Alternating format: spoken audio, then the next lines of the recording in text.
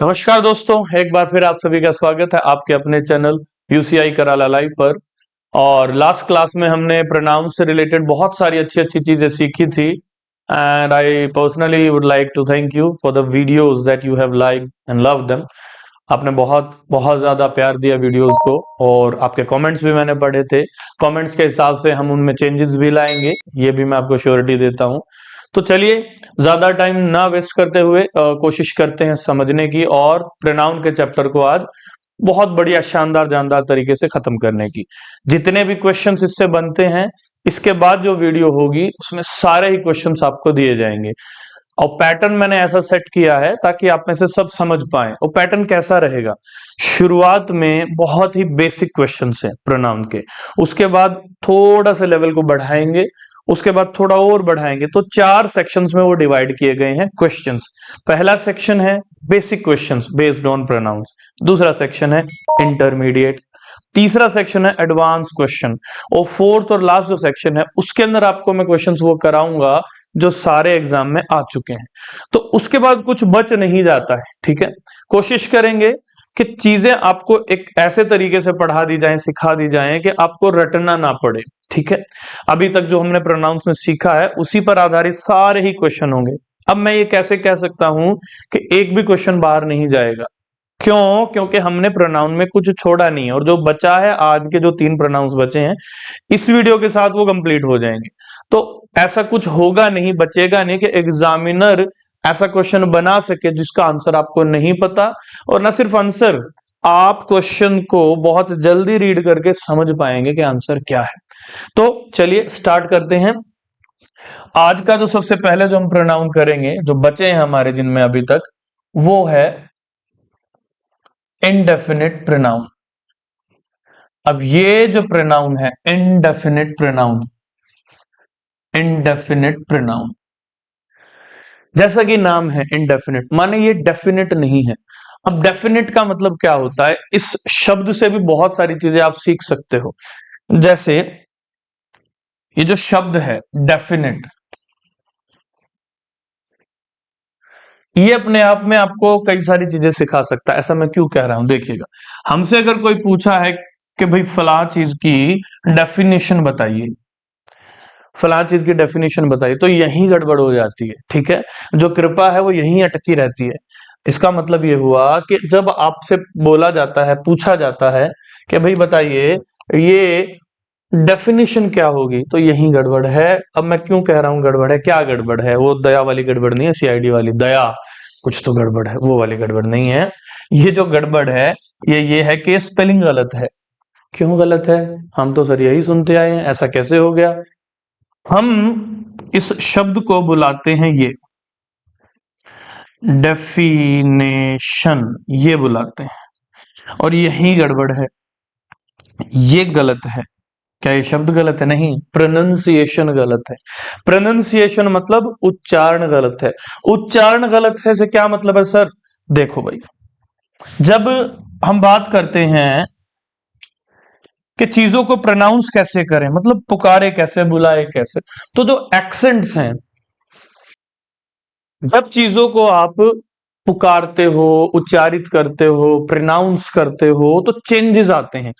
अब जब मैं इंग्लिश के लिए अगर स्पेसिफिक बात करूं कि भाई प्रोनाउंसिएशन क्या होना चाहिए, कैसा होना चाहिए, किस हिसाब से चीजों को पढ़ा जाए, तो इंग्लिश में कुछ एक चीजें ऐसी होती हैं कि हम ज्यादातर 3 टाइप से एक्सेंट्स को यूज करते हैं। एक यूएसए का एक्सेंट है, यूनाइटेड स्टेट्स ऑफ अमेरिका का।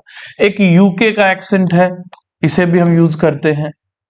और एक अपना इंडियन एक्सेंट है। हमारे यहाँ तीनों ही चलते हैं, ये सच बात है। कुछ लोग कहेंगे कि भाई पोयम नहीं होता, पोम होता है। होता पोयम भी है और होता पोम भी है, दोनों ही सही हैं।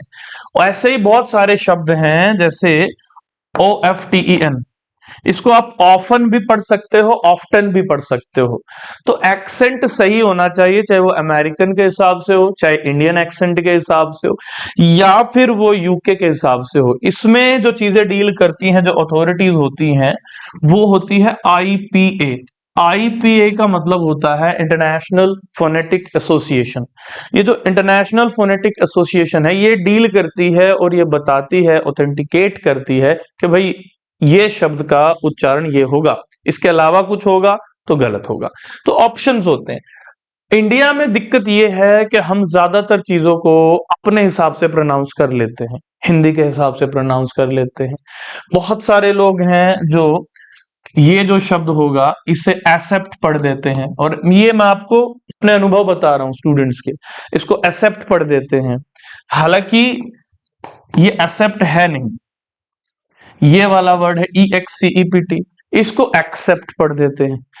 दोनों ही जो शब्द हैं, ये दोनों ही जो शब्द हैं, चाहे आप ACCEPT की बात करो या EXCEPT की बात करो, ये दोनों ही शब्द सेम तरीके से प्रोनाउंस किए जाते हैं। मतलब अगर मैं हिंदी के हिसाब से कोशिश करूं आपको समझाने की, तो दोनों को ही हम ये पढ़ेंगे, एक्सेप्ट, दोनों को, ये भी ACCEPT और EXCEPT दोनों को एक्सेप्ट ही पढ़ा जाता है। और जब हम बात करते हैं कि ये क्या, ये एक वर्ब है, तो इनका व्याकरणिक कोटि यानी कि इनका पार्ट्स ऑफ स्पीच अलग है, बट प्रोनाउंसिएशन सेम है। ऐसे शब्द जिनका प्रोनाउंसिएशन सेम होता है, उच्चारण सेम होता है, हम उनको इंग्लिश में बोलते हैं होमोफोन, होमोफोन्स, होमोफोन्स बुलाते हैं, सेम जिनका प्रोनाउंस का तरीका होता है उन शब्दों को। अब बात यह आती है कि इंडिया के अंदर जो चीजें हैं, प्रोनाउंसिएशन इतना गलत क्यों है? भाई गलत इसलिए है कि हमें ऐसा कोई एग्जाम जनरली देना नहीं होता जिसमें प्रोनाउंसिएशन मायने रखे। हमें स्पेलिंग याद करनी है, वर्ड का मीनिंग याद करना है, एंटोनिम याद करना है, लेकिन प्रोनाउंसिएशन आपके लिए जरूरी है, क्योंकि आप अगर गलत पढ़ोगे तो सीखोगे भी गलत।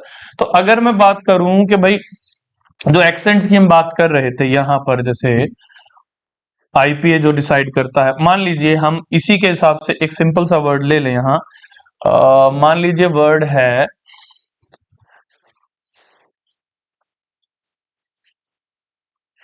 ये शब्द है, इसी शब्द को USA में बोला जाता है एब्रोसोडेब्रो, एब्रोसोडेब्रो।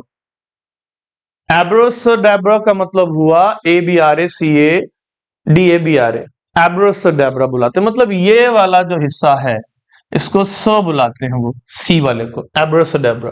UK वाले इसी वर्ड को बुलाते हैं एब्रोकडाब्रो, एब्रोकडाब्रा। हमारे वालों का बड़ा स्ट्रॉन्ग है आब्राकाडाब्रा, मतलब एक डिफरेंट ही है। तो एब्रोसोडेब्रा, एब्रोकडाब्रा, आब्राकाडाब्रा, हम बहुत ही स्ट्रांगली चीजों को प्रोनाउंस करते हैं और वो गलत हो जाती हैं। ऐसा ही शब्द ये है, एक्चुअल में इसको ब्रदर बुलाते हैं, बट हमारे वाले ब्रोदर बुला देते हैं, ये भी गलत हो जाता है। तो ये किस्सा आया कैसे प्रोनाउन के चैप्टर में, अब एक बार ये भी समझ लेते हैं। जब हम बात करते हैं प्रोनाउंसिएशंस की, उच्चारण की जब हम बात करते हैं, तो ये जो शब्द आया था इनडेफिनेट प्रोनाउन, ये यहां डेफिनेशन से आया। सही जो प्रोनाउंसिएशन होगा वो होगा डेफिनिशन, डेफिनिशन, आई आएगा यहां पर, ना कि ए आएगा। तो अब प्रोनाउंसिएशन की बात यहीं से शुरू हो गई कि भाई आप बोलोगे इसे क्या बोलोगे, डेफिनेशन बोलोगे, और ये नेशन नहीं, ये डेफिनिशन है। तो आप अगर बुलाओगे गलत, सुनोगे गलत, तो लिखोगे भी अल्टीमेटली इवेंचुअली गलत। तो इसीलिए मैं समझा रहा हूं कि ये डेफिनिशन था, जैसे कि डेफिनेट प्रोनाउन नहीं है, इनडेफिनेट प्रोनाउन नहीं है, वो इनडेफिनिट है, ना कि नेट। तो ये वाली चीज आपको यहां समझनी थी, एक छोटी सी चीज थी जो बड़े काम की है, क्योंकि एक नंबर आपका गलत करा सकती है, और अगर नेगेटिव मार्किंग हुई तो फिर तो आप सोच ही लो। तो शब्द की बात हम कर रहे थे इनडेफिनेट प्रोनाउन। तो अगर मैं इनडेफिनेट प्रोनाउन की बात करूंगा यहां पर, तो आपको ध्यान देना पड़ेगा कि भाई इनडेफिनेट प्रोनाउन का मतलब सीधे तौर पर क्या हुआ, एक ऐसा प्रोनाउन जो डेफिनेट नहीं है। डेफिनेट मतलब निश्चित नहीं है, निश्चित नहीं है, अनिश्चित है। अब ऐसे कौन से प्रोनाउंस होंगे जो इनडेफिनेट के नाम से जाने जाएंगे, अनिश्चित सर्वनाम के नाम से जाने जाएंगे? और जरूरी क्यों है?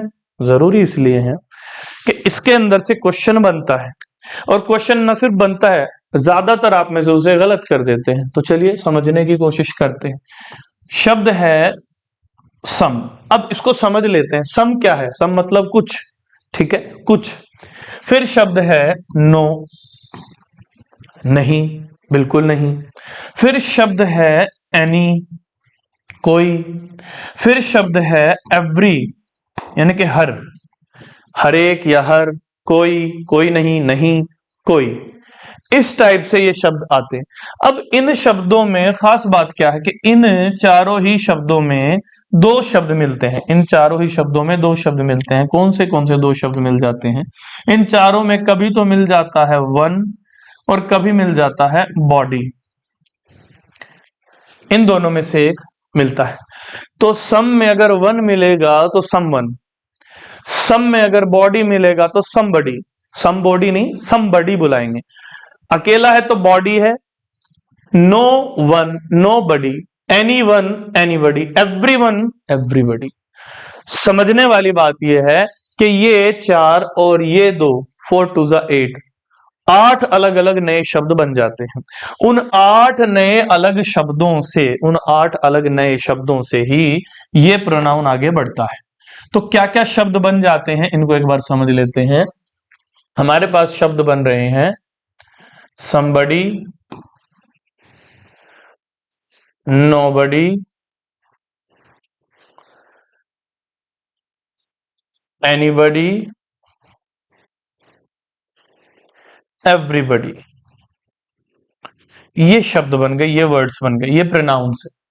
अब ये जो चार हैं इन्हीं में बॉडी की जगह जब मैं वन लगा दूंगा तो यही someone, no one, anyone, everyone बन जाएंगे।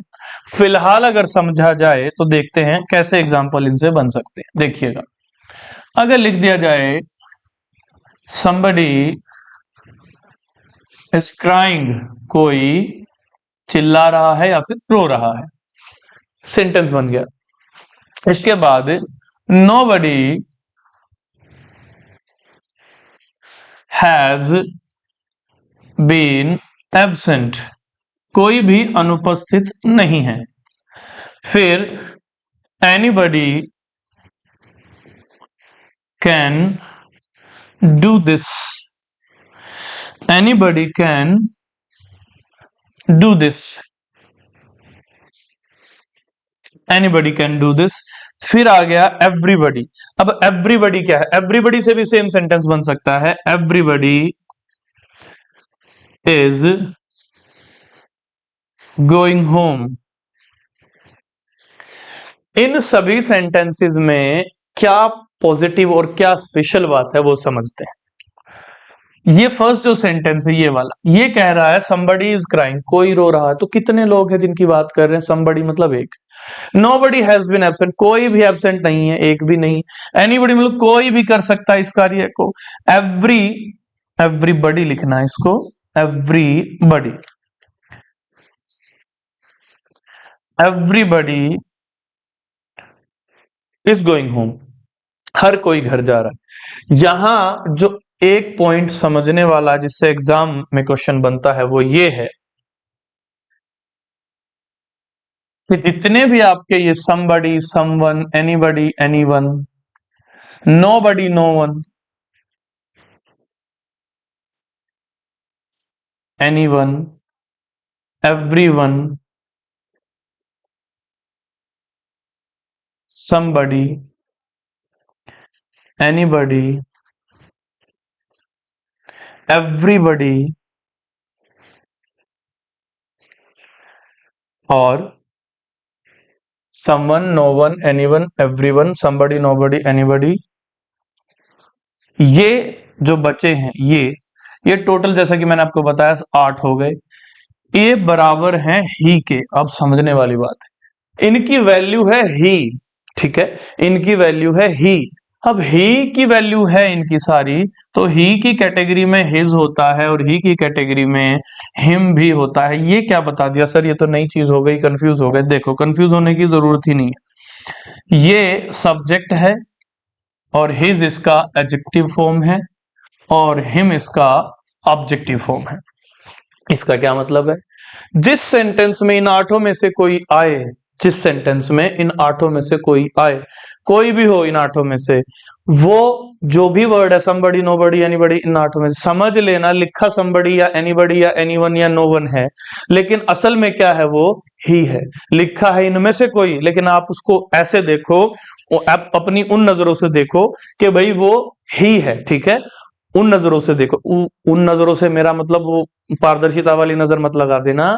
कभी को बोलो नजर लग गई सर, ये नजर नहीं लगानी भाई, मेरे कहने का मतलब है समवन, नो वन, एनीवन जो है, ये वो नजरें हैं, वो वाली, ठीक है, वो वाली नजरें जिनसे आप एग्जाम को देखोगे, ठीक है। एग्जाम को आप जब देखते हो तो उन आंखों की, उन नजरों की बात हो रही है। इन सभी को ऐसे समझ लो कि इनमें से सभी की वैल्यू है ही। अगर somebody, anybody, nobody आया है तो वो नहीं आया, ही आया। First sentence somebody is crying नहीं है, वो he is crying है, ऐसे मान लो इसको। nobody ही है, somebody ही है, अब anybody और everybody ये लिखे जरूर है लेकिन ही है, ऐसे समझ लो। अब जब ऐसे आप समझ लोगे तो आपको आंसर मिल जाएगा। एरर अगर है तो वो मिल जाएगा। कैसे मिलेगा देखो, अगर मैं इसको ऐसे लिखूं एग्जाम्पल को कि भाई everybody is doing their duty, everybody is doing there duty. अब इसमें एरर है। अब ये एरर आपको कभी नहीं मिलेगा अगर आप everybody, somebody, nobody, anyone, somebody, someone, no one, इन सबको ही नहीं समझोगे। तो इसको मान लो, क्या है, ठीक है, इसको मान लो। तो लो, ये हमने मान लिया, ये मान लिया हमने, ठीक है। वो गाना भी आपने सुना होगा, लो ये मान लिया हमने। अब आप इसको मान ले तो क्या मान लिया आपने इसको कि भाई एवरीबडी नहीं लिखा, ये क्या लिखा, असल में ही लिखा है, बिल्कुल। ये 8 की वैल्यू है ही, 8 में से कोई भी है ही। तो यहां ही मान के अगर आप पढ़ोगे everybody is doing there duty, ना पढ़ के ही पढ़ लोगे, ही इज डूइंग देयर। अब ही देयर की ड्यूटी क्यों करेगा? अगर मुझसे कहा जाए कि भाई आप ड्यूटी करोगे तो मैं किसकी ड्यूटी करूंगा? मेरी ड्यूटी। आप किसकी ड्यूटी करोगे? आपकी ड्यूटी। दे किसकी ड्यूटी करेगा? अपनी ड्यूटी। दे देयर की ड्यूटी करेगा। लेकिन शी किसकी ड्यूटी करेगा? शी अपनी ड्यूटी। हर। वैसे ही मैं बताना समझाना चाह रहा हूं कि ही किसकी ड्यूटी करेगा? अपनी ड्यूटी करेगा। तो ही कौन हुआ? ही का क्या हुआ? हिज। तो जब इनमें से कोई सेंटेंस में आएगा तो ध्यान रहे इनकी सभी की वैल्यू क्या है? ही। और ही के लिए अगर पजेसिव आएगा तो हिज, और ऑब्जेक्टिव आएगा तो हिम। लिखे हुए इन 8 में से कोई भी एक होंगे शब्द, लेकिन आपने उसे पढ़ना है, समझना है कि नहीं ये रूप बदल के आया है, ये सारे, ठीक है, ये रूप बदल के आए हैं, असल में ये ही है, असल में ये ही है। इसीलिए जब इनमें से कोई आए तो समझ जाइएगा ये नहीं आए हैं, ही आया है, और ही के हिसाब से ही आप वो भी लगाओगे। सोच के देखो, एवरीबडी का मतलब क्या हो सकता है? सभी। और सभी का मतलब एक या ज्यादा? ज्यादा हो रहा है। फिर भी हम एवरीबडी के साथ देखो इज लगा रहे हैं। आर क्यों नहीं लगा रहे? क्योंकि इसके साथ इज लगने का एक ही रीजन है। बेशक एवरीबडी का मतलब सभी है, लेकिन एवरीबडी की मीनिंग क्या है? एवरीबडी की वैल्यू क्या है? ही एक वचन है, सिंगुलर है, तो वह भी सिंगुलर ही आएगी। फिर से समझ लेते हैं, ये जितना एरिया मैंने लिखा है ये सारा बताना चाह रहा आपको। Someone, no one, anyone, everyone, somebody, anybody, everybody, nobody, ये सारों की वैल्यू है ही। और जब इनमें से कोई आए तो समझ लेना वो नहीं आया है। आएंगे यही, लेकिन आपने उनको समझ लेना है कि वो नहीं आया है, ठीक है, वो नहीं आया है। ये सब नहीं आए हैं। एनीबडी, समबडी लिखा जरूर है, लेकिन इनकी आत्मा कौन है? इनके अंदर कौन घुसा हुआ है? ही घुसा हुआ है। ही के हिसाब से ही आप वर्ब लगाओगे, ही मान करके आप हिम या हिज यूज करोगे। और अगर इसे और बेहतर तरीके से हम सीखना चाहें तो देखो एग्जाम्पल आपको बहुत अच्छे तरीके से ये चीज क्लियर करा सकते हैं। अब समझते हैं, अगर आप इन्हीं की बात करें, इन्हीं सभी की बात करें, इन 8 में से एवरीबडी, नोबडी, एनीबडी, समबडी, इन्हीं की बात करें तो देखिएगा, अगर मैं समबडी का एग्जांपल दूं, समबडी डैश लॉस्ट, ऑप्शन में आपको दूं दो, एक ऑप्शन हो जाएगा हैज और एक ऑप्शन हो जाएगा हैव। हैज और दूसरा हैव। तो सोचो जरा, दिमाग लगाओ जरा, थोड़ा सा दिमाग लगाओ जिसके पास है वो लगाएगा, जिसके पास है ही नहीं तो भाई कहां से लगाएगा, पर कोशिश जरूर करें, ऐसा ना माने कि दिमाग नहीं है, सब दिमाग के साथ पैदा हुए हैं।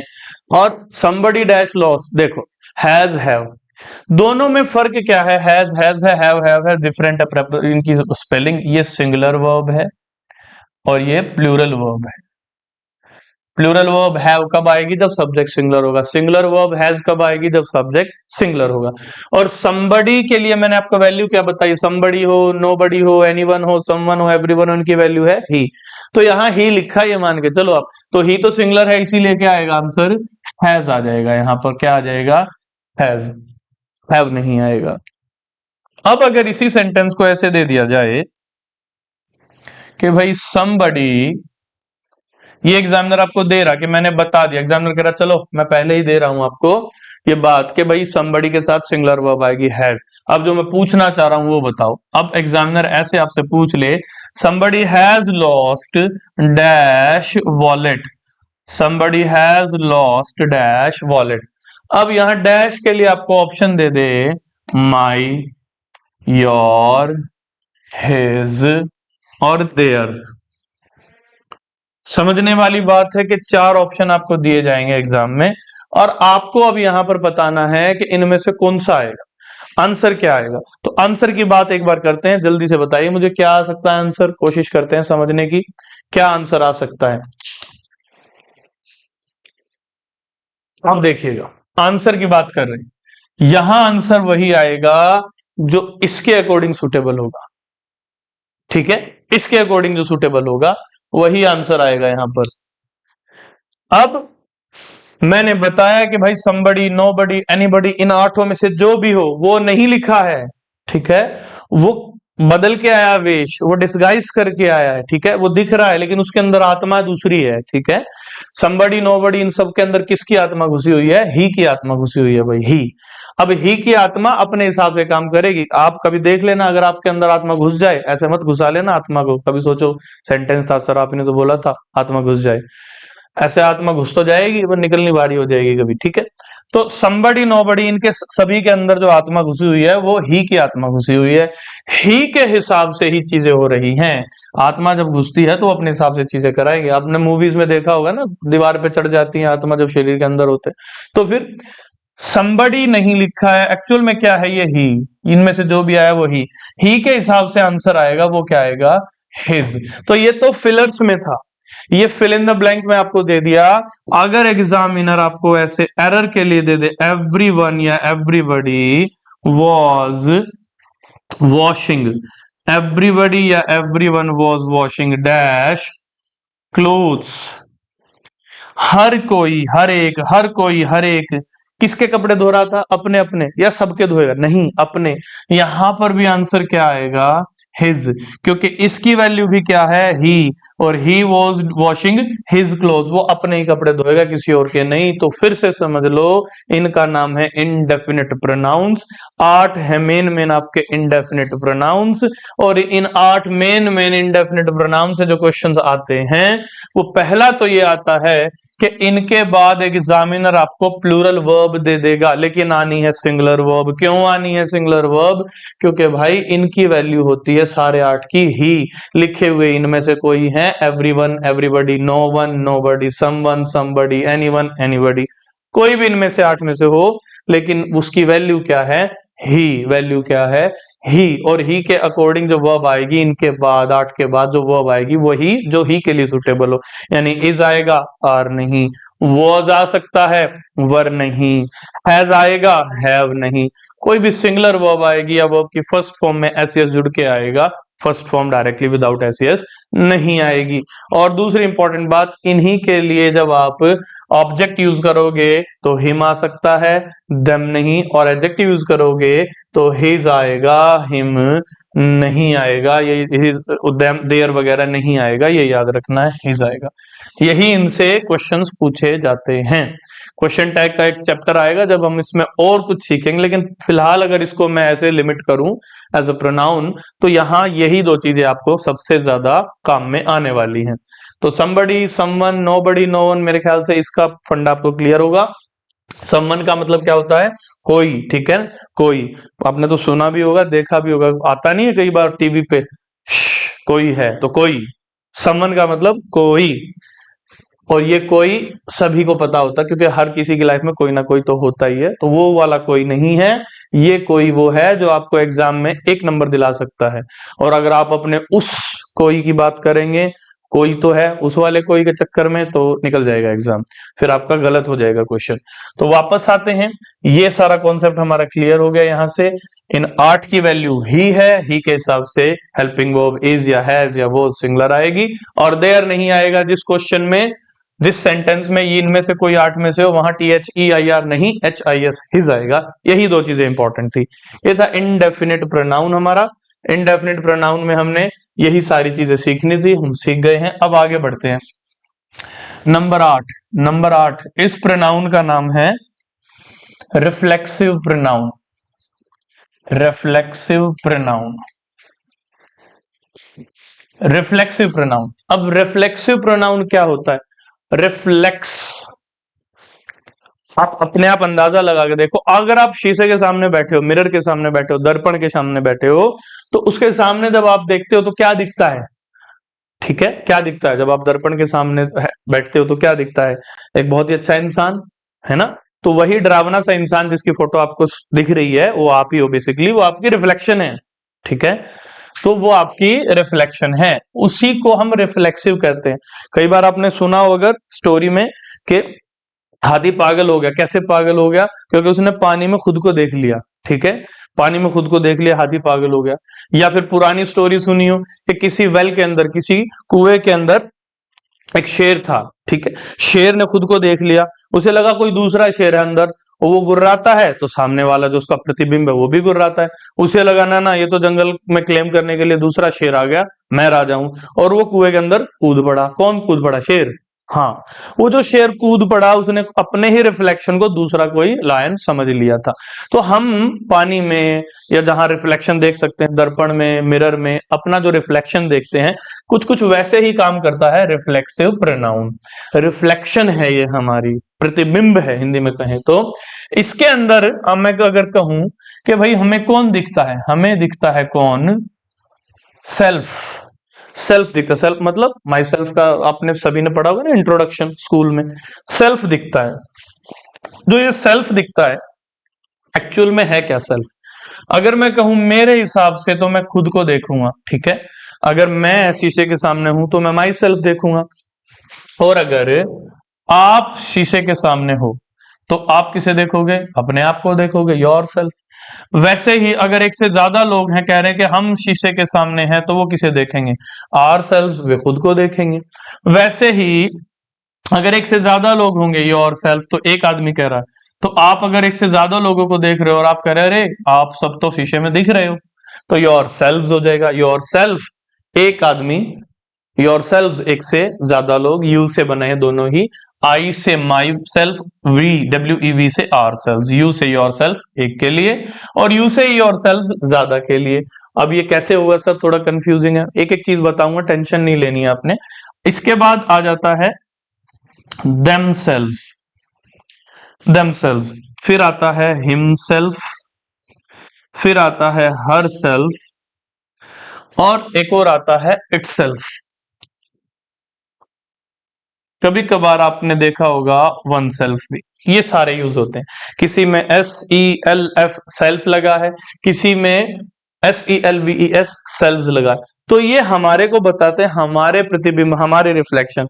तो ये लगे तो कोई दिक्कत नहीं है, ठीक है, ये लगे तो कोई दिक्कत नहीं है। सेल्फ है, सेल्फ है, सेल्फिश नहीं होना चाहिए। और अगर सेल्फिश हो भी तो एग्जाम के प्रति सेल्फिश रहो। मतलब ये जो सेल्फ लगा हुआ है, ये जो सेल्व्स लगा हुआ है, कहीं SELF और कहीं कहीं तो SELF है और कहीं SELVES है। तो ये जो लगा हुआ है सेल्फ और सेल्फ, ये आपको बता रहा है कि सामने वाला अपने रिफ्लेक्शन की बात कर रहा है। क्वेश्चन कैसे बनता है देखिएगा, क्वेश्चन की बात करते हैं। क्वेश्चन कैसे क्रिएट होता है और कैसे आपने करना है देखिएगा। I see myself in the mirror. मैं डायरेक्ट इसमें एडवांस क्वेश्चन आपको करा सकता हूं, लेकिन मेरा ध्येय, मेरा उद्देश्य, हमारे ये जो चैनल बनाने का पर्पस रहा है अभी तक का, वो रहा है कि वो बच्चा जो जीरो मानता है खुद को, कुछ एक एक्सपर्ट होंगे हैं जीरो लेकिन मानते नहीं होंगे, वो भी जो मानते हैं और वो भी जिनको पता है कि वो जीरो हैं, एक्सेप्ट करते हैं या नहीं करते, उन सब को जीरो से लेकर 100 तक लेके जाने का पर्पस है ये चैनल बनाने का। ठीक है, जीरो काफी पावरफुल है, लेकिन अब कुछ टाइप के लोग होंगे जो खुद को कहेंगे हम तो जीरो नहीं है, हमें तो बहुत कुछ आता है। अच्छा भाई क्या आता है? हमने 10 बार एग्जाम दे लिया, फिर स्कोर कितना हुआ? मतलब 100 में से 20-30 का स्कोर हो ही जाता है। तो भाई मानो मत मानो, सच्चाई तो यही है कि आपने अभी एग्जाम के लेवल को नहीं समझा। तो जो कमजोर है, देखो सीधी सी बात है, अगर आप बहुत अच्छे हाईफाई स्टैंडर्ड पर अभी होते, एडवांस लेवल पे होते, तो आप वीडियोस किसी की भी नहीं देख रहे होते, आप तो सिर्फ मॉक टेस्ट लगाते या पीवाईक्यू करते और आपका एग्जाम निकल जाता। इसमें कोई झूठ है ही नहीं। आपको लगता है कि चीजें सीखनी चाहिए, सीखनी पड़ेंगी, तभी मैं एग्जाम टैकल कर पाऊंगा, तभी आप वीडियोस देखते हो। तो हमारा पर्पस अपनी नॉलेज दिखाने का नहीं है कि हम फैकल्टीज को कितना आता है। हमारा पर्पस है कि आप हमारे चैनल पे ज्यादा से ज्यादा क्या कर दो, व्यूज कर दो। वो कैसे होगा? उसका एक ही तरीका कि हम आपको वो चीज दें वीडियोस के थ्रू जो आपके एग्जाम में आएंगी, आप उनसे सीखोगे, क्वेश्चन अटेम्प्ट करोगे और आपका पेपर पास हो जाएगा। तो अल्टीमेटली बहुत प्रैक्टिकल सी चीज है कि हम आपको क्वेश्चंस के लायक बनाने में अपना पूरा 100% जी जान लगा देंगे। उसके लिए आपने व्रत नहीं करने हैं, व्रत करने की जरूरत नहीं है, आपने सिर्फ ध्यान से वीडियोस को देखना है, उसी में बेड़ा पार हो जाएगा। I see myself in the mirror, अगर मैं यहां आई की के बदले वी लगा दूं, वी सी, और यहां पर आ जाएगा ourselves in the mirror, तब भी वही बात है, मैं अपने आप को देखता हूं मिरर में और हम अपने आप को देखते हैं। इसके अलावा अगर मैं यहां पर यू लगा दूं, you see your self in the mirror, आप अपने आप को देखते हो। एक आदमी को आप बोल सकते हो कि भाई तुम खुद को देखते हो मिरर में। अगर वही जो आप तुम बोल रहे हो या आप बोल रहे हो वो ज्यादा लोग हुए, आप एक बार में एक से ज्यादा लोगों को एड्रेस अगर मान लो कर रहे हो, एक से ज्यादा लोगों को एड्रेस कर रहे हो, एक से ज्यादा लोगों को संबोधित कर रहे हो, सामने ज्यादा लोग हैं तो आप सब, है ना, आप अगर खुद को मिरर में देखते हो, आप मतलब एक से ज्यादा, तो तब आप यू की वैल्यू प्लूरल में जब लेके जाते हो तो सेल्फ आएगा, सेल्फ आएगा एक के लिए, सेल्फ ज्यादा के लिए। और उसके बाद दे दे सी देमसेल्व्स, दे सी देमसेल्व्स, वे खुद को देखते हैं, वे खुद को देखते, तो दे के हिसाब से देमसेल्व्स आ गए। फिर ही अगर होता तो वह खुद को देखता है, यहां पर सीज आएगा, एस लग जाता। लेकिन फिलहाल हम जनरल की बात कर रहे हैं कि आई के हिसाब से माई सेल्फ, वी के हिसाब से ourself, you yourself हो सकता है या यू योर सेल्फ हो सकता है, दे देमसेल्व्स और ही हिमसेल्फ। फिर आएगा शी है तो आप क्या लिखेंगे, हर सेल्फ। फिर आएगा इट है तो आप लिख देंगे इट सेल्फ, बाकी सेम चाहिए। तो अब क्वेश्चन क्या बन सकता है, खुद आप दिमाग लगा के बताओ। एग्जामिनर आपको क्या दे सकता है? पहली चीज, सब्जेक्ट दे देगा आई और लिख देगा आई सी माई सेल्फ, तो सही है। सब्जेक्ट दे देगा दे सी हिमसेल्फ, दे सी हिमसेल्फ गलत हो गया, दे सी देमसेल्व्स होना चाहिए। तो सब्जेक्ट के हिसाब से ही सेल्फ या सेल्व्स की वैल्यू प्रिपेयर हो रही है, यही पॉइंट है बस यहां पर। अब इसके अलावा जो चीज बच गई यहां, ये तो हो गया कि भाई कब माई सेल्फ आएगा, कब आर सेल्फ, कब योर सेल्फ, कभी योर सेल्व्स, कभी देमसेल्व्स। अगर यहां पर सेंटेंस में मैं थोड़ा सा चेंज कर दूं, मान लीजिए शी है, शी था तो हर सेल्फ आए, अगर ये शीला आ जाए तो शीला की वैल्यू भी शी हुई, फीमेल हुई, फेमिनियन जेंडर, तो इसका मतलब तब भी हर सेल्फ आए। अगर ही की जगह, अगर ही की जगह किसी बॉय का या मेल नाम आ जाए, जैसे रवि आ जाए, तो फिर उस कैटेगरी में भी आप क्या कहोगे, Ravi should take care of himself. तो अगर रवि या ही या कोई बॉय नेम मैन है या मेल है तो उसके हिसाब से भी आप हिमसेल्फ लगाएंगे, फीमेल है तो हर सेल्फ लगाएंगे, कहने का मतलब ये। तो ये तो बात हो गई रिफ्लेक्सिव कैसे काम करता है, कैसे कैसे आपको क्वेश्चन देखने को मिलेगा, पहली बात। अब समझ लेते हैं कि इसमें क्वेश्चन और कैसे आ सकता है। तो देखिएगा दूसरी जो वेरिएशन है क्वेश्चन की वो समझ लेते हैं। They work for themselves in the company, ये आ गया। They work for themselves in the company। अब यहां दे था तो इसीलिए themselves आया, himself myself अगर हमने लगाया तो गलत हो जाएगा। वे किसके लिए काम करते कंपनी में, खुद के लिए काम करते हो, तो इसीलिए दे वर्क फॉर themselves आया। अब ये गलत कब हो सकता था, ये तो करेक्ट दिया मैंने आपको, लेकिन गलत अगर एग्जामिनर को देना है तो कैसे दे सकता है, गलत कैसे हो सकता है, उसको भी एक बार समझ लेते हैं। देखिएगा सीमा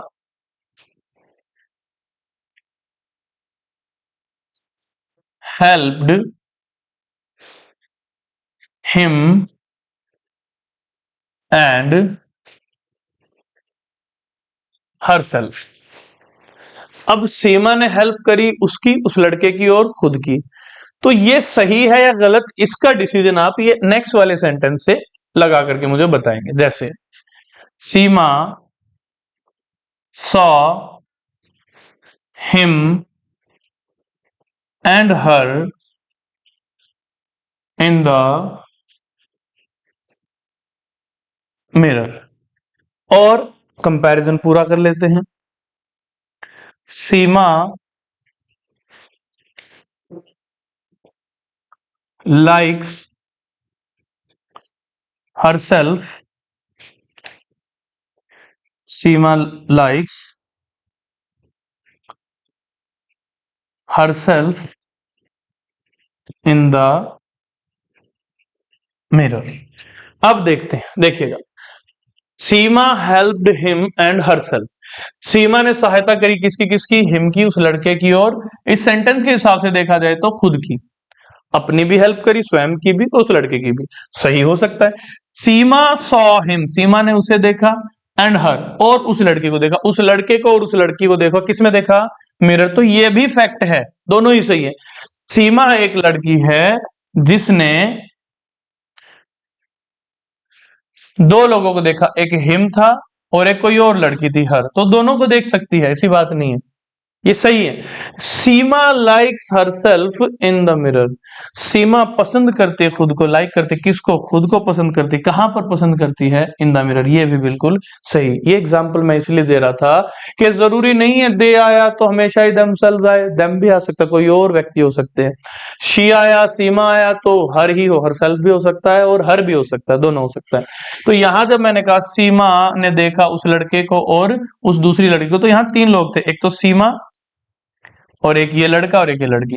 लेकिन सीमा हेल्प्ड हिम, सीमा ने हेल्प करी थी उस लड़के की, ठीक है, और सीमा ने हेल्प करी थी अपनी खुद की। तो यहां दो की ही बात हो रही थी, हर सेल्फ अगर लगाएंगे। इस सेंटेंस में अगर मैं हर कर दूं, Seema helped him and her, Seema helped him, Seema ने हेल्प करी उस लड़के की और उस दूसरी लड़की की, तो मैं यहां अगर हर भी लिखूंगा तो भी सही होगा। हिंदी क्या आ जाएगी, मीनिंग क्या हो जाएगा कि सीमा ने उस लड़के की और उस लड़की की हेल्प करी। अभी मीनिंग क्या है, सीमा helped him and herself, Seema ने हेल्प करी उस लड़के की और अपनी खुद की, स्वयं की। तो ये इस तरीके से सेंटेंस होगा। अब गलत की बात करते हैं एक बार, गलत कैसे होगा देखिएगा। द ओल्ड पुअर मैन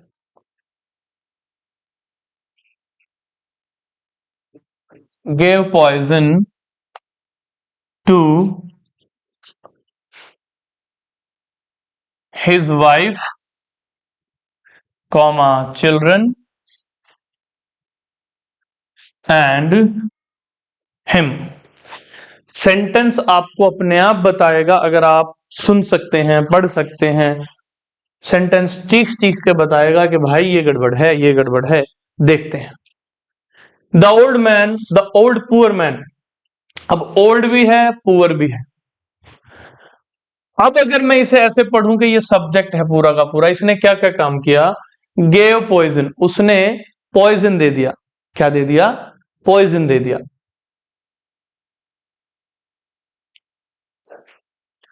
तो the old poor man gave poison, बूढ़े आदमी ने, गरीब आदमी ने जहर दे दिया। ठीक है, जहर दे दिया किसको किसको? अपनी वाइफ को। अपनी वाइफ को जहर दे दिया, अपने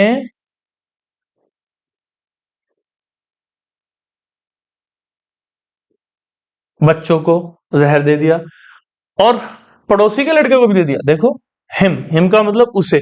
अब उसे कौन है पता नहीं, यहां पता नहीं लग पा रहा कि उसे कौन था, ये हिम कौन था। सोचने वाली बात है, बूढ़े गरीब आदमी ने जहर दिया है वाइफ को अपनी, अपने ही बच्चों को, तो किसको दिया होगा और जहर? उसे या खुद को? इसका मतलब यहां जो ये हिम था, इसने तो किसी और को डिनोट कर दिया, पड़ोसी के बच्चे को, बेटा जहर दे रहा हूं, जो तू भी ले जा। ऐसा थोड़ी हुआ है। उसने किसको जहर दे दिया? अंत में खुद को भी जहर दे दिया। तो यहां सेंटेंस आपको बताएगा कि भाई बूढ़े गरीब आदमी ने जहर दिया है अपनी वाइफ को, अपने बच्चों को, और अपने को, अपने आप को, खुद को, स्वयं को। तो इसलिए हिम गलत हो जाएगा, हिमसेल्फ होना चाहिए। ऐसे सेंटेंस में से आपको टोन या सेंस निकालनी, जैसे आप मीनिंग निकालोगे सोल्व हो जाएगा। नहीं सर, ऐसे तो सोल्व नहीं होने वाला, आप झूठ बोल रहे हो। देखो, देखते हैं कितनी झूठ और कितनी सच्चाई है। अगर मैं लिखूं Ravi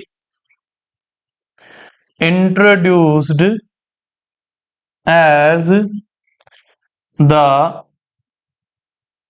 manager in front of the people who came for his marriage। समझते हैं। रवि इंट्रोड्यूस्ड, रवि ने परिचित कराया, परिचय दिया। एज के रूप में, रवि ने परिचय दिया, रवि ने इंट्रोड्यूस किया। एज एज मतलब के रूप में, मैनेजर के रूप में, रवि ने मैनेजर के रूप में परिचित कराया। इन फ्रंट ऑफ, के सामने, के सामने, किसके सामने? लोगों के सामने। कौन से लोगों के सामने? Who came for his marriage, वे लोग जो, हिज मतलब रवि की मैरिज, शादी के लिए आए थे। लड़के की शादी की बात चल रही है, देख लो।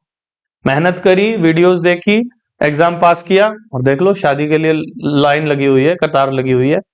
तो लोग जो आए थे शादी करने के लिए, रवि के पास शादी करने के लिए, मैरिज हॉल खोल रखा है क्या रवि ने? नहीं भाई, रवि के लिए लड़की वाले उसे देखने आए थे। ठीक है, तो बात ये हुई कि रवि ने इंट्रोडक्शन दिया, इंट्रोड्यूस कराया, परिचय दिया मैनेजर के रूप में। मैनेजर के रूप में रवि ने इंट्रोड्यूस कराया सामने, इन फ्रंट ऑफ, सामने, लोगों के सामने। कौन से लोग? वो लोग who came for his marriage, वे लोग जो रवि की मैरिज के लिए आए थे, उसे देखने आए थे, उनके सामने रवि ने परिचित कराया कंपनी के मैनेजर के रूप में। किसको? रवि ने वे लोग जो उसे देखने आए थे शादी के लिए, उनके सामने परिचय दिया। किसका परिचय दिया? मैनेजर का। कि ये जी आप आए हो ना, लड़की वाले हो ना? हाँ हाँ जी, हम लड़की वाले। अच्छा ये लो, ये रे मैनेजर साहब। मैनेजर साहब का रिश्ता करा रहा है वो, या खुद का करा रहा है? वो खुद मैनेजर है भाई, वो खुद का रिश्ता करा रहा है। तो यहां गड़बड़ क्या हो गई? रवि ने परिचय दिया, परिचित कराया, किसके रूप में? मैनेजर के रूप में बताया कि मैनेजर है। कौन? खुद वो रवि। तो रवि इंट्रोड्यूस्ड यहां पर आएगा, यहां पर Ravi introduced, Ravi introduced himself, Ravi introduced himself as the manager in front of the people who came for his marriage. Ravi ने परिचय दिया अपना, स्वयं का। रवि ने अपने आप का परिचय दिया, किस रूप में? जी मैं मैनेजर हूं जी, यहां पर मैनेजर के रूप में परिचय दिया अपना। किसके सामने? लोगों के सामने जो उसकी शादी के लिए आए थे, उसे देखने आए थे। कि भाई कंपनी भी देख लेते, घर परिवार तो देख लिया, कहाँ काम करता है। फ्रॉड भी बहुत चले ना आजकल, कि आपका एग्जाम भी पास नहीं हुआ, जॉब भी नहीं लगी, और लोग झूठ बोल देते हैं कि हमारा तो ना लड़का बहुत अच्छी कंपनी में है, और उसकी तो वैकेंसी आई थी सीजीएल और वो तो लग गया है, पता चला कुछ नहीं लगा है वो। तो रवि ने इंट्रोडक्शन दिया है मैनेजर के रूप में अपना, इसलिए हिमसेल्फ यहां पर आएगा। तो टोन कोई रूल नहीं काम करेगा, टोन आपने समझनी पड़ेगी। नहीं सर अभी भी नहीं आया समझ में, नहीं क्यों नहीं आएगा, ये लो। दे प्रेजेंटेड, दे प्रेजेंटेड का मतलब उन्होंने प्रस्तुत किया, प्रेजेंट किया। They presented as good people in front of the chairman. समझ लेते हैं। दे प्रेजेंटेड उन्होंने प्रस्तुत किया, एज के रूप में, अच्छे लोगों के रूप में, सामने किसके, चेयरमैन। उन्होंने चेयरमैन के सामने, चेयरमैन के सामने, दे उन्होंने चेयरमैन के सामने प्रस्तुत किया अच्छे लोगों के रूप में, किसको, खुद को। तो होना क्या चाहिए था, दे presented themselves, they presented themselves as good people in front of the chairman। उन्होंने खुद को परिचित कराया कि भाई हम हैं और हमने ऐसे ऐसे देखा। अब और अच्छे से समझ लेते हैं। I saw me in the water, मैंने खुद को देखा वाटर में। तो गड़बड़ क्या हुई, मैंने मुझे नहीं देखा, खुद को देखा। तो यहां पर क्या आएगा, माई सेल्फ। यही टोन यहां पर आ रही थी। और देखते हैं, she avail as she avail to every opportunity, she avail to every opportunity। Avail का मतलब क्या होता है, और अवेल के बाद बेहतर तो ऑफ रहेगा। अवेल का मतलब क्या होता है, उपस्थिति देना, उपस्थिति देना मतलब प्रेजेंस देना, फायदा उठाना। She avail of every opportunity. अब ये गलत है, शी मतलब वह लड़की, वह लड़की उपस्थिति देती है हर अवसर पे। किसकी उपस्थिति देती है, किसको प्रेजेंट करती है, खुद को। She avail her self, she avail her self, वो खुद को उपस्थित कराती है हर अपॉर्चुनिटी के सामने कि भाई ये अपॉर्चुनिटी है, मैं हूं सर, मैं करूंगी इस काम को, नया कुछ सीखना है, मैं सीखूंगी इस काम को। तो अवेल ऑफ का मतलब हुआ कि किसी भी अवसर का फायदा उठाना, खुद को प्रेजेंट रखना। तो अवेल के हिसाब से अगर आपको वर्ब का मीनिंग पता है तो भी आपको ये सेंस आ जाएगी कि हर सेल्फ या हिमसेल्फ अकॉर्डिंग टू सब्जेक्ट आना चाहिए। ठीक है, एक दो एग्जांपल इसमें और देख लेते ताकि आप कॉन्सेप्ट को भूलो ना। द प्लेयर्स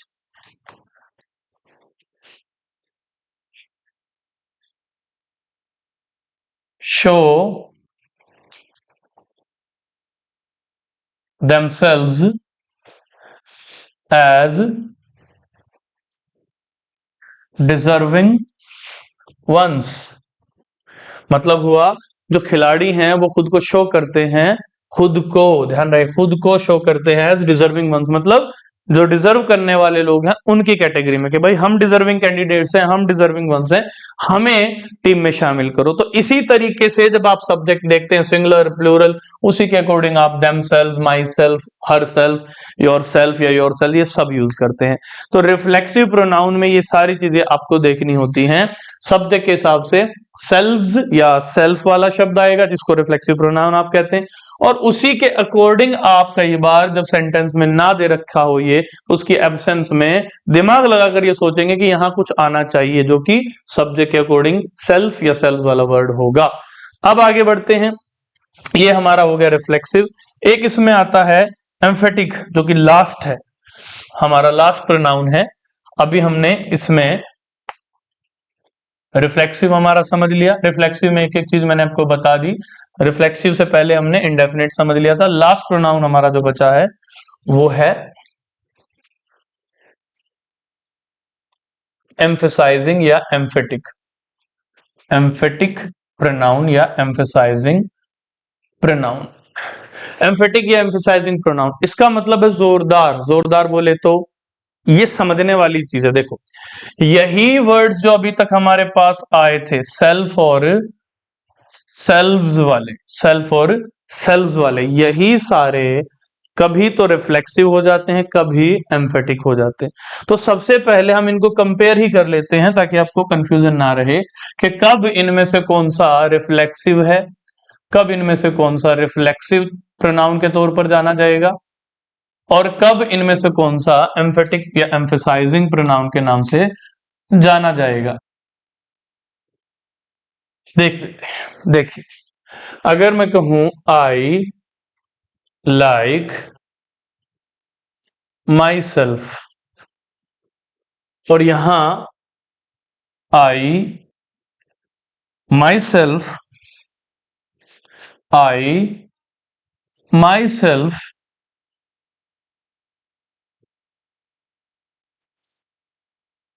लाइक हर, दोनों में फर्क।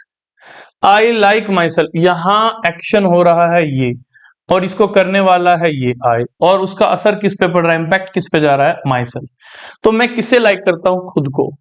यहां जो माई सेल्फ है ये रिफ्लेक्सिव है, लेकिन आई माई सेल्फ लाइक हर, यहां जो माई सेल्फ है वो एम्फेटिक। एम्फेटिक का मतलब क्या होता है, एम्फेटिक का मतलब होता है वह प्रोनाउन जो आए हुए सब्जेक्ट को जोरदार बना दे, जोरदार बना दे। जोरदार मतलब उस पर एक्स्ट्रा प्रेस करे, एक्स्ट्रा प्रेशर बना दे कि भाई यही है और कोई नहीं है।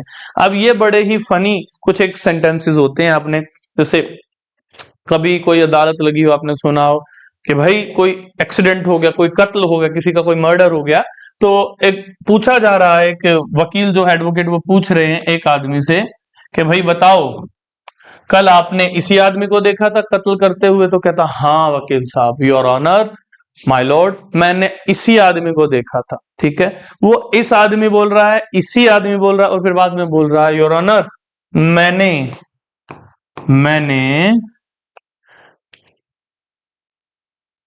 मैंने अपनी आंखों से देखा था। सोचने वाली बात है, अपनी आंखों से देखते हैं हम, दूसरे की आंखों से कैसे देख सकते हैं, अपनी आंखों से देखते हैं। फिर दूसरा जो सेंटेंस आता है कि मैंने, योर ऑनर, मैंने अपनी इन्हीं आंखों से देखा था। अरे, अपनी इन्हीं आंखों से, वो दूसरी कहाँ, फ्रिज में रखी है आपने, कौन सी आंखों से देखेगा? सेम ही तो आंखें हैं, बदल थोड़ी सकते कि सुबह वाली आंखें ले आओ उनसे देखूंगा, और नहीं नहीं शाम वाली आंखें ले आओ उनसे पढ़ना पड़ेगा मुझे, सुबह वाली थक गई। ऐसा थोड़ी हो सकता, नहीं हो सकता। तो ये कहता है कि मैंने, योर ऑनर, मैंने इस आदमी को उस आदमी का कत्ल करते हुए खुद देखा। अगर खुद शब्द ना भी आए, अगर सिर्फ इतना आए मैंने देखा, तब भी वही बात है। और अगर लिख दिया जाए मैंने खुद देखा, तब भी वही बात है। मैंने अपने आप देखा, मतलब किसी ने मुझे कहा नहीं, स्वयं से ही मैंने देखा, किसी ने मुझे फोर्स नहीं किया देखने के लिए, भाई तू देख, नहीं ऐसा नहीं था, अपने मन से देखा। तो ये सेंटेंसेस में कोई फर्क नहीं है ज्यादा, क्योंकि शब्द बढ़ गया तो सिर्फ थोड़ा सा वर्ड बढ़ जाते हैं, तो यही है। तो अगर मैं कहूं आई लाइक माई सेल्फ, तो मैं खुद को पसंद करता हूं, खुद से नहीं, खुद को। तो आई, अगर मैं माई सेल्फ यहां ना लिखूं तो ये सेंटेंस रहेगा आई लाइक हर, मैं उसे पसंद करता हूं। आई माई सेल्फ लाइक हर का मतलब मैं खुद पसंद करता हूं, किसी ने बोला नहीं, या उसने नहीं बोला कि तू मुझे पसंद कर। ऐसे सेंटेंसेस हैं जिनमें थोड़ा जोर डाला जाए बात पर, उनमें जो प्रोनाउंस आ रहे हैं सेल्फ या सेल्व्स वाले, उन्हीं का नाम है एम्फेटिक प्रोनाउन। अब सीधा सा क्वेश्चन देखो, इसमें दो तरीके से आते हैं। अगर आपका एग्जाम DEET+B जैसे बोर्ड्स का है, CGL की, या मैं SSC की बात नहीं करता हूं, तो कई बार ऐसा भी देखा गया है कि प्रोनाउन को कर दिया गया अंडरलाइन, जैसे इसको अंडरलाइन कर दिया गया, और यहां 4 ऑप्शन दिए गए, उनमें से 2 तो बेतुके होते हैं, तो उनकी बात नहीं करेंगे। कहते हैं कि आई लाइक माई सेल्फ में जो माई सेल्फ है वो कौन सा प्रोनाउन है, ऐसे पूछ लिया गया बहुत बार। रिफ्लेक्सिव प्रोनाउन है, या फिर दूसरा ऑप्शन है एम्फेटिक प्रोनाउन है। ये बात बिल्कुल सही है, ये पूछा गया है। तो अब आप समझोगे कैसे इसे, देख तो समझ लेते हैं भाई, समझने की कोशिश करते हैं कि ऐसा कब कब होता है। ठीक है, ऐसा कब कब होता है। इसने कहा आई लाइक माई सेल्फ, मैं खुद को पसंद करता हूं, तो अब आपको पूछ लिया गया है कि ये जो माई सेल्फ शब्द है, ये जो माई सेल्फ शब्द है, ये जो माई सेल्फ शब्द है ये वाला, ये क्या है? तो दो तो बिल्कुल ऊल जुलूल होंगे ऑप्शन। पहला ऑप्शन दो काम के हो सकते हैं जिनमें कंफ्यूजन बनेगा, वो होगा रिफ्लेक्सिव प्रोनाउन है या फिर एम्फेटिक है। तो अब यहां शुरुआत हो जाती है समझने वाली चीज की।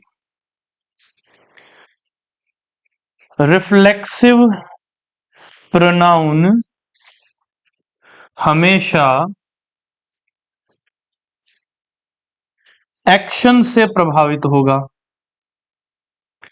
रिफ्लेक्सिव जो प्रोनाउन है वो हमेशा क्या होगा? एक्शन से प्रभावित होगा। एक्शन से प्रभावित होगा भाई। अब देखो लाइक का एक्शन चल रहा है, आप किसी को लाइक करते हो तो आप उसका ध्यान रखोगे या नहीं रखोगे? अगर आप किसी को लाइक करते हो तो आप उसका ध्यान रखोगे, उसके साथ अपनी चीजें शेयर करोगे, सुख दुख, चॉकलेट खाने की चीज, ये चीज वो चीज आप शेयर करोगे उससे। अगर आप किसी को डिसलाइक करते हो तो सीधी सी बात है शेयर नहीं करोगे। जब आप किसी को लाइक करते हो उस पर आपके साथ जो भी आप एक्शन कर रहे हो उसका असर पड़ेगा नेगेटिव या पॉजिटिवली या नहीं पड़ेगा? सोचने वाली बात है। मान लो आप घर पे हो, अपने बहन भाई के साथ हो मान लो, और आप अपने बहन भाई को लाइक करते हो, रिस्पेक्ट करते हो, प्यार करते हो। आपके पास चॉकलेट है, ठीक है, आपके पास चॉकलेट है, तो आप चॉकलेट उनके साथ शेयर करोगे या नहीं करोगे? अगर लाइक करते तो करोगे, और अगर आप लाइक नहीं करते तो आप उसे दिखा दिखा के खाओगे और शेयर तो नहीं करोगे।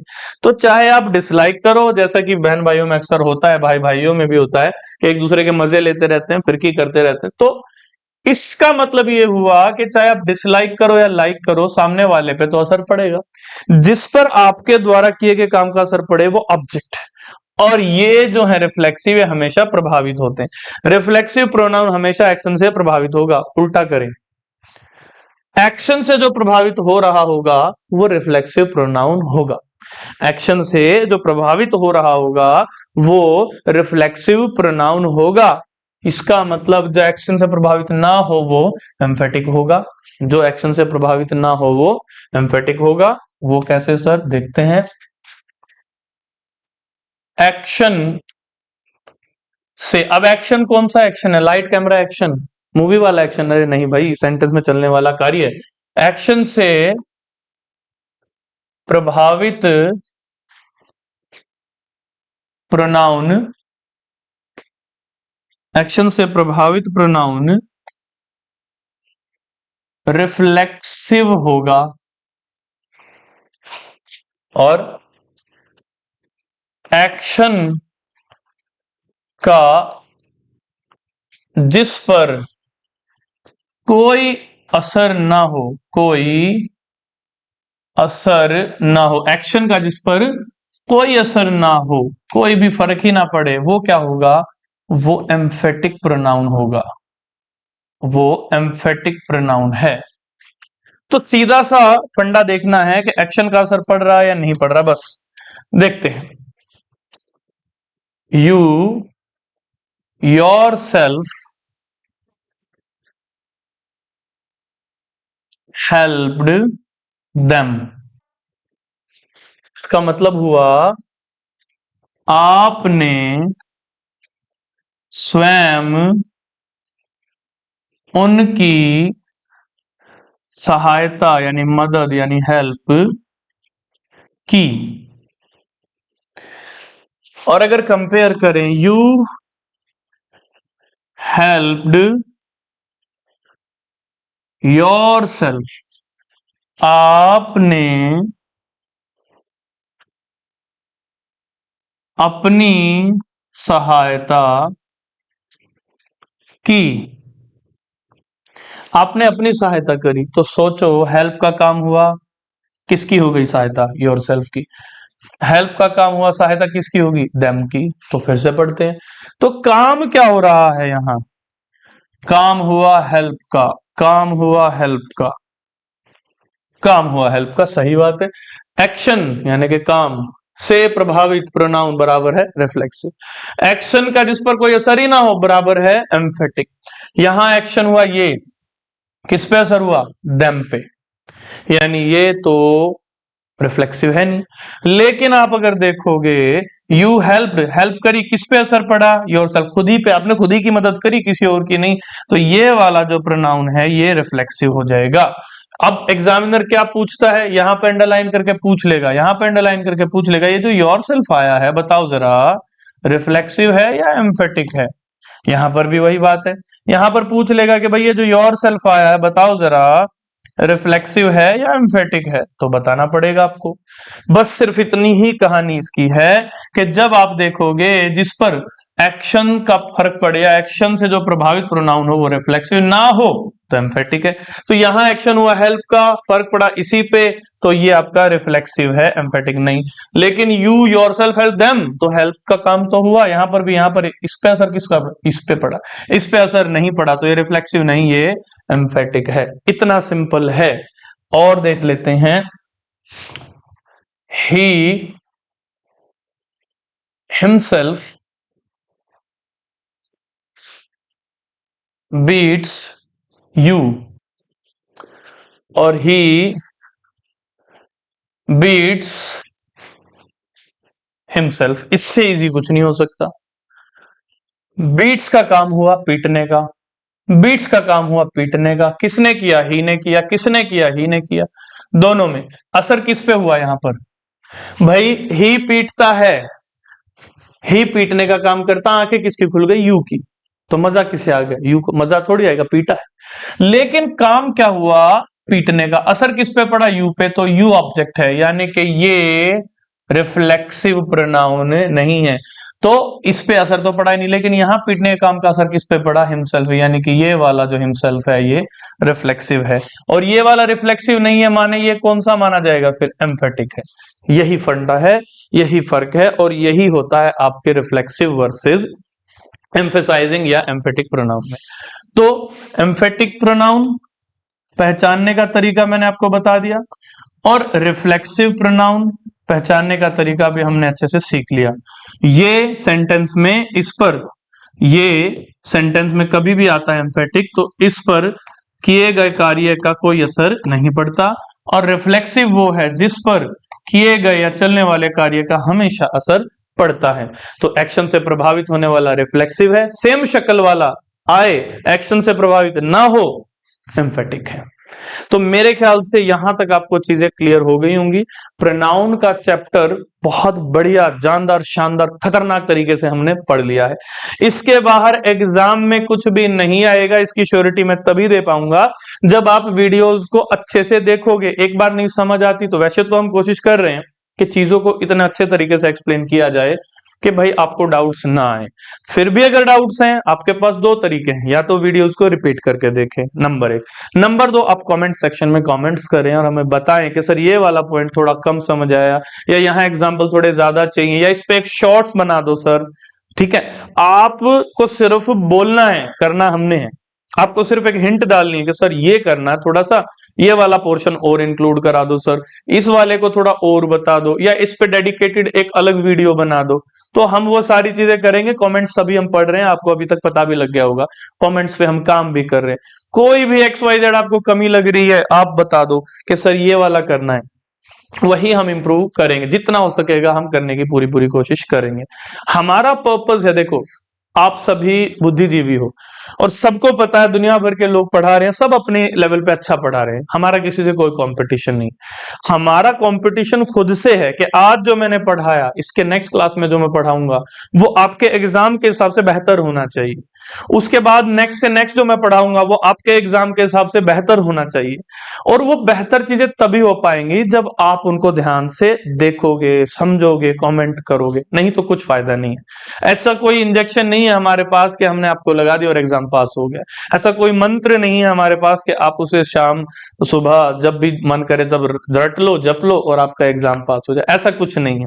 हम आपको सबसे बढ़िया क्वालिटी की एजुकेशन दे सकते हैं, क्योंकि हमें हर टीचर को, हर फैकल्टी पे, यूसीआई कराला लाइव पे 10-10, 12-12, 15-15 साल हो गए, उससे भी ज्यादा हो गए कई फैकल्टीज को तो पढ़ाते। तो हमें एक्सपर्टाइज है कि हमने देखा है पिछले 10, 12, 15 सालों में कैसे कैसे एग्जाम में चेंजेस आए हैं, एग्जामिनर ने क्या सोचकर क्या क्वेश्चन बनाया है, उसके अकॉर्डिंग हमारी नजरें बनी रहती हैं कि भाई ये वाला एग्जाम हुआ, लगभग हर संडे को कोई ना कोई एग्जाम होता है। तो हमारी टीम है जो एफर्ट्स करती रही। यहाँ तो आपको सिर्फ टीचर दिखते हैं, उसके आपके जो कैमरा लगा उसके पीछे जो बैक साइड है वहां पर बहुत सारे लोग काम कर रहे हैं, उनका एक ही पर्पज है कि जो भी क्वांटिटी, क्वालिटी और कंटेंट आ रहा है हर एग्जाम में, उसको सबसे पहले हम आप तक पहुंचाएं ताकि आप बेनिफिट उठा सके। और ये एजुकेशन ऐसी है कि जिसमें हम आपको कोई चार्ज भी नहीं करें, बहुत फ्री चीज आपको मिल रही है, बिल्कुल टोटली। तो कोशिश करो उसका फायदा उठाओ। आपका फायदा होगा तभी हमारा फायदा होगा। वो इसीलिए क्योंकि आप पढ़ोगे तो आप बढ़ोगे, आप बढ़ोगे तो हम भी बढ़ेंगे। तो उसके लिए आपको वीडियोस देखनी है, कमेंट करना है। और इसी के साथ आपसे एक बार विदा लेते हैं, मिलते हैं नेक्स्ट वीडियो में। जितना भी हमने प्रोनाउंस सीखा है सारे के क्वेश्चंस हम डिस्कस करेंगे। नमस्कार।